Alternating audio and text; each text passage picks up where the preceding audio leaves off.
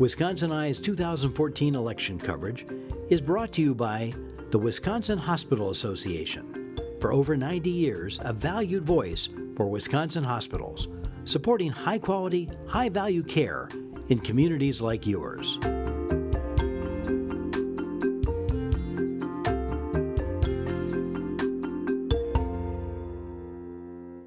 WisconsinEye coverage of the 2014 elections continues with an interview with Mr. Greg Petrulis of Baraboo.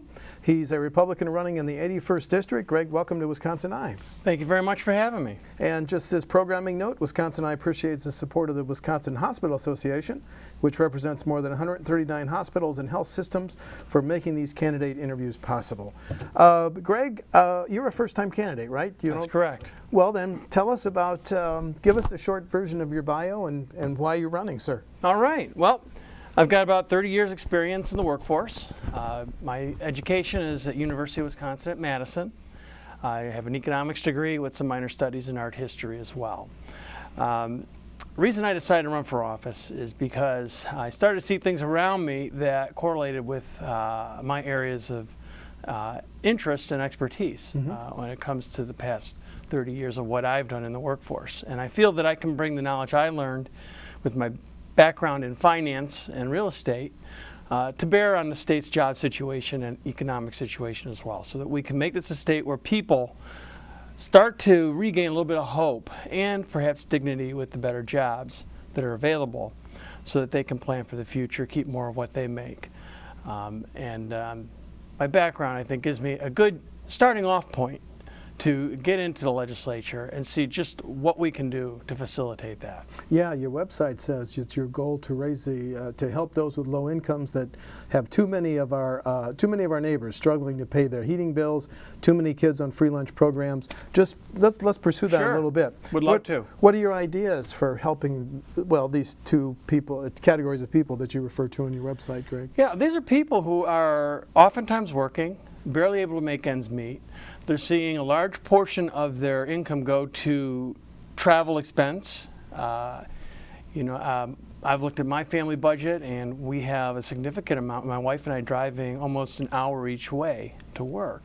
And I think a lot of families find themselves in that situation. I was in a parade in Whitwin, and I had a lady say, "Happy 4th of July, what's happy about it? $3.10 for a gallon of milk." She says, "Why do I have to work 2 jobs just to have to decide whether to buy a gallon of milk for $3.10 or 2 gallons of Pepsi for half the price? I want to feed my kids milk, and I'm working hard as I can, and I can't get it in the budget." I said, I got to get to Madison. I got to find out what I can do for these families. It's a big ball of wax. The government does not create jobs per se, but they can sure get in the way of small businessmen and entrepreneurs with an idea. We have to make sure that this is a state where they look to come when they consider going into business or expanding a business.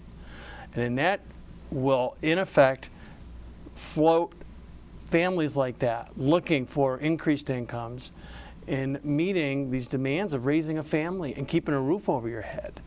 And I just want to get to Madison and see what my knowledge of 30 years in the private sector, moving large sums of money around in the finance departments, and seeing how that affects very small movements in interest rates, and how very small movements in interest rates affect very large demographical shifts, such as changes in home ownership. I do think that there's an issue with people that are being forced to rent instead of buy homes. We got to find out a way that we can turn this around, get behind Walker and how he has promised to create jobs. We got to step on the accelerator. Okay. And we got to find out what we need to do to really make that happen. It's obvious that's your top issue, but let's talk about some other issues. If you're elected to the Assembly, you're going to be voting on the future of school choice and the voucher program. As you're aware, outstate was enacted in the current budget, but with a 1,000 limit on the number of students. How do you feel about private school vouchers and choice? Well, I tell you, I think it's a very, very interesting experiment that we're doing, and we're doing it the right way. We're starting small, and we're looking to see what kind of results we're getting. And the program, when I first heard about it back as a dual income working family with kids in high school, I said, oh, great, a lottery system, a bunch of people throw their numbers in a hat, and we'll see who gets the vouchers. Well, after you read about it, you find out that it's a different type of program. It works a lot differently. There's a lot of issues as well.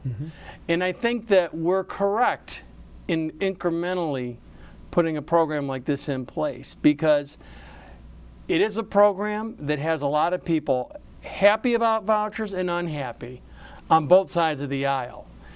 We have homeschooling families that say we don't want any form of government money. It'll come with strings attached.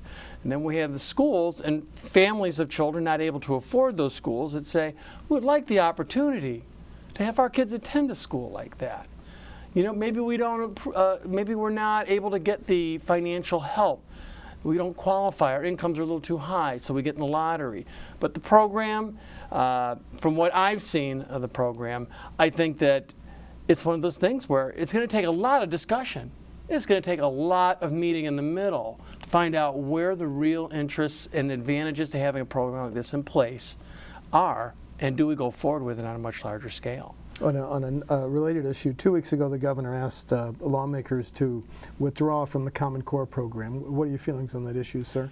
I get a lot of discussion on this. My wife is a school teacher in Portage, Wisconsin, and I value her opinion. She's a very intelligent teacher, and she enjoys what she does. And what I hear from other teachers that I speak with as well is that teachers just want to be allowed to teach. They want to be treated like professionals that they are. And we're adding more and more data requirements to a teacher's schedule. Common Core in its present form, I think, is cumbersome. I think it's open to conflicts of interest, and I think it needs to be re-examined in its entirety on whether or not it really is something that would benefit the state of Wisconsin schools. Okay. Because I think there are many districts that would actually do quite well without any kind of requirement from Common Core.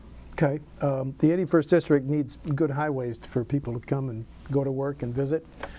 Yet there's a projected $650 million shortfall in the next 2-year Department of Transportation budget. Do we delay some of these highway projects? Do we raise taxes? What's your idea? Well, I appreciate that you gave me a couple answers. Those are the ones that have been discussed. There you go. Absolutely. Let's face it, infrastructure is what attracts business to an area. Okay? If we don't have the good roads and the good schools, we're not going to have property values that are sufficient to create good communities. So we would, if that's a real figure, because of course that's a projected figure. Yes, it is. But what we would have to do is, my last resort is any kind of pay-as-you-go. A lot of states have tollways, turnpikes, and other methods. Our neighbors to the south have the I-Pass, and you see many Wisconsin families with I-Passes on their cars. But the last thing I would want to do is tell a Wisconsin family with 2 hardworking people that are traveling an hour in each direction that, now you've got to have an I-Pass on your car, and you're going to pay to go to work. So I think we need to look at the budget. We got to find the money. If we can't find the money, we triage the roads. We find out which ones need to be fixed first, what areas need to be addressed first, and do our best to be frugal. I'm running a very frugal campaign. I bought the minimum amount of yard signs, and I'm relying on a lot on word of mouth.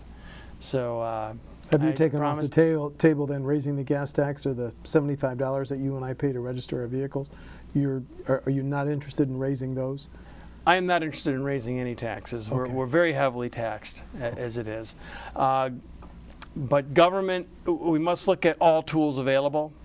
But I would say that taxes are off the table for me. I think we have to continue down the path toward less taxation. Okay. And I think that we've finally turned the corner. And there's been a reported surplus in the state. But what we see is we don't have the economy coming around to help with that continued push toward more income in people's pockets. And if we don't get more money in people's pockets, the economy suffers. So I don't think that a tax taking just that many more dollars out of household income where people are already struggling is the correct approach toward fixing highways. Let's talk about health care. As you're aware, 2 years ago, the federal government told every state, if you expand your MA program, health care to the low income, we'll pay for it for the first 2-3 years.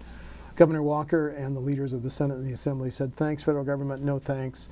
Do you think that was a wise decision, Greg? I do.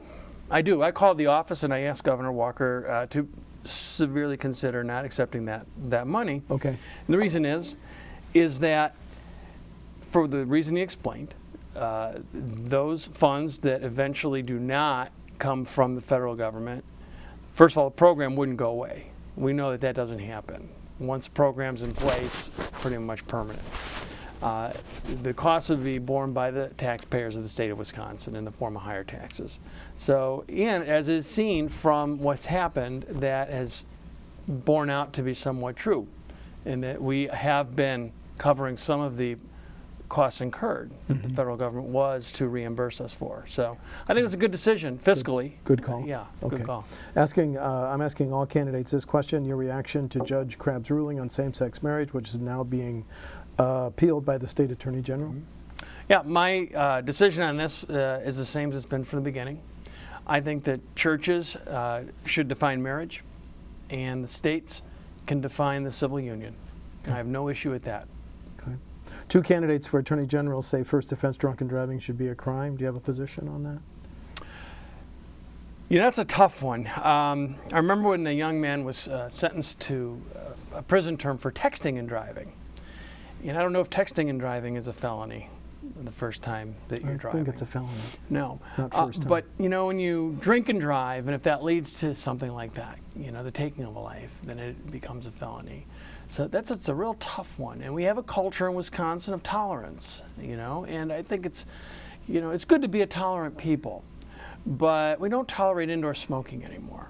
Should we tolerate a first driving drinking offense? I myself have a zero tolerance policy. When I drive, there's absolutely no alcohol, but I don't drink that much.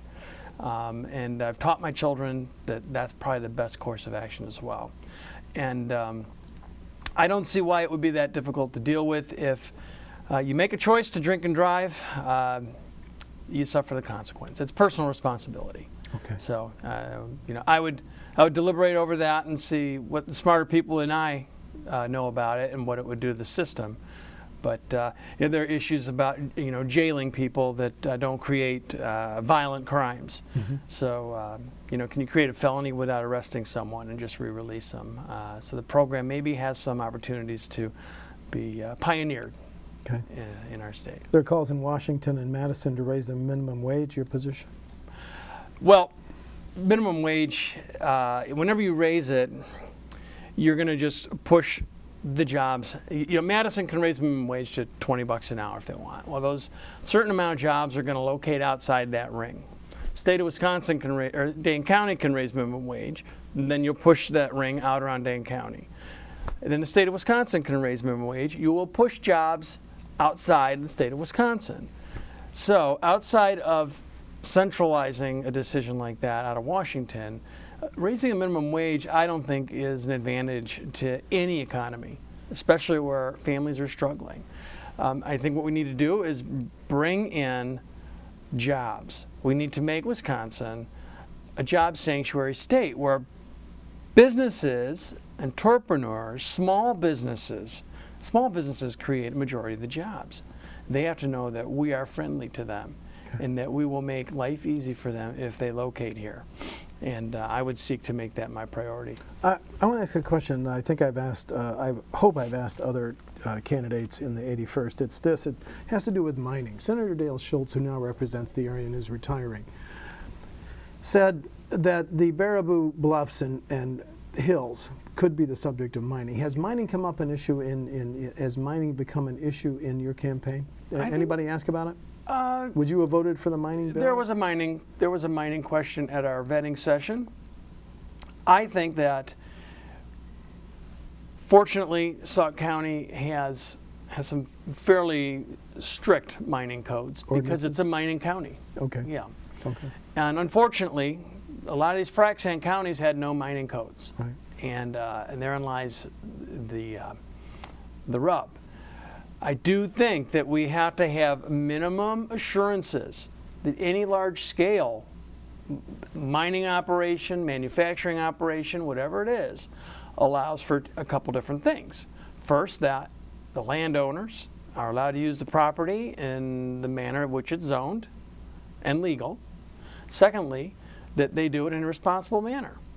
And we can't have a frac sand mine generating silica dust to drift across 12 counties, infecting the lungs of people.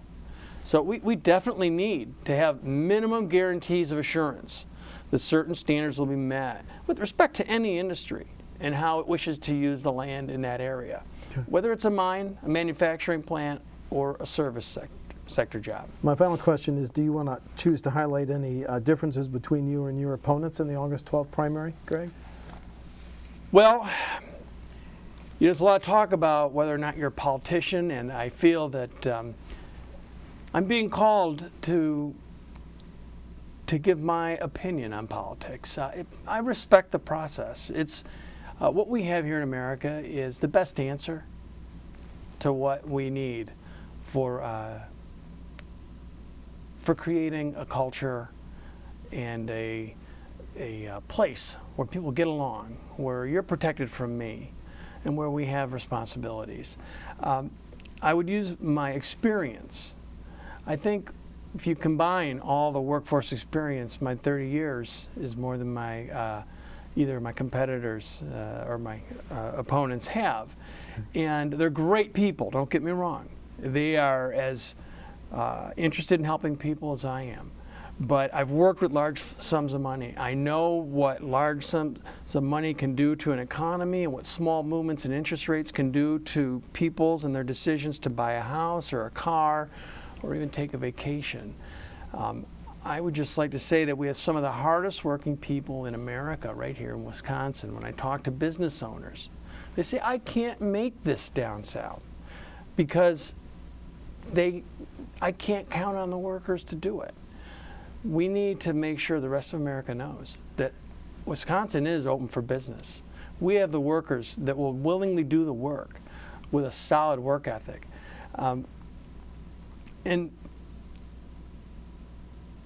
decent work is the core of the search for human dignity and stability in the family and peace in the community. Okay.